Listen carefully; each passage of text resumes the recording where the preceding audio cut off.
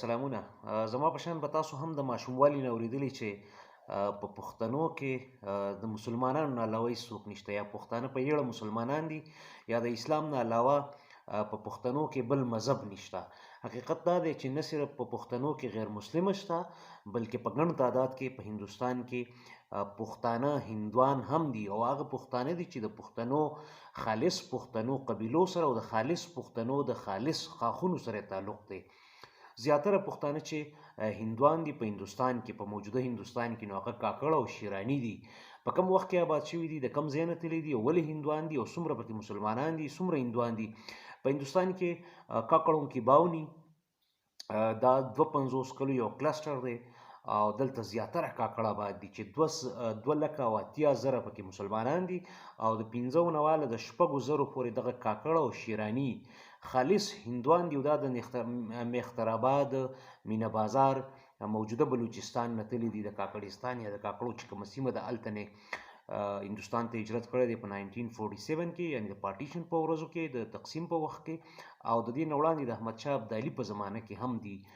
زیات هلته کوچېدلي دي، د موجوده بلوچستان نه تللي دي هندوستان ته، کوم چې موجوده هندوستان دی. نو د دې او د دې تعلق کاکړ د مختلفو قبیلو سره، لکه سنځرخیل پکې ډېر زیات دي، او بیا شیراني دي، او دا اوسېږي په هندوستان کې، کاروبارونه کوي. او 2,80,000 چې کوم دي کاکړوں کی باونی، دغه 250 کلي دي، دا یو کلسټر دی. په دغه 250 کلو کې 2,80,000 چې کوم دي، نو دا مسلمانان دي کاکړ، او شیراني 15,000 نه واخله د 6,000 پورې کاکړ او شیراني چې دي، نو دا هندوان دي. دغسې نور هم د هندوستان په مختلفو سیمو کې د مختلفو پښتنو قبیلو سره وابسته یا مذهب منونکي، د هندو مت منونکي هندوان شته. نو په هندوستان کې دغه ښکاره دي. دغسې په کشمیر کې ځینې پښتانه چې هغه په هندو مذهب باندې عقیده ساتي. نو دا یو د پخوا نه ویلی کېږي چې په پښتنو کې د اسلام نه علاوه کوم مذهب منونکي نشته. حقیقت دا دی چې دغه هندوان شته، او دا په 1947 کې او د دې نه مخکې د احمدشاه ابدالي چې کوم اکسپینشن او د افغانستان نه شروع کړي و، په هندوستان یې باچایي وه. نو دغه باچایي کې یا د پوځیانو په طور، یا د عسکرو په طور باندې، یا د کاروبار، یا چونکې د پښتنو حکومت و د احمدشاه ابدالي زمانه کې، نو پښتنو دپاره اسانه وه چې هندوستان ته لاړ شي او په مختلفو سیمو کې آباد شي، خواره شي، ځمکې، زراعتونه، کاروبارونه وکړي.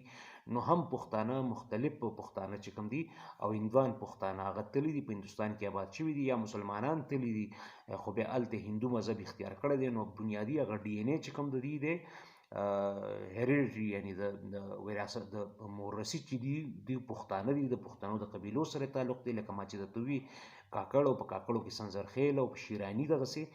او بیا وروسته لکه چې هلته آباد شوي دي، هلته ژوند جواک اختیار کړی دی، نو ورسره بیا هندو مت یې اختیار کړی دی، هندو مذهب یې اختیار کړی دی.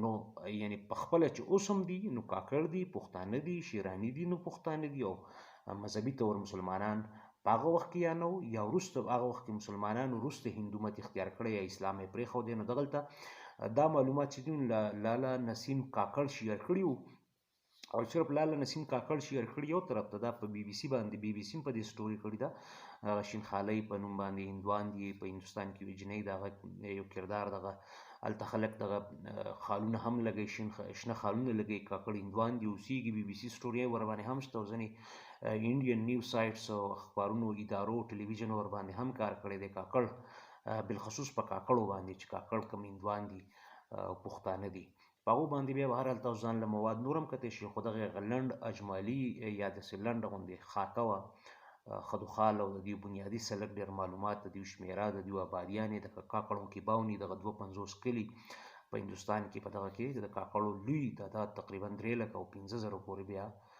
چې کوم دي، نو هغه پکې هندوان دي. نو غوښته مې چې در سره دغه لنډ شانې معلومات شریک کړم، او تاسو را سره واورېده.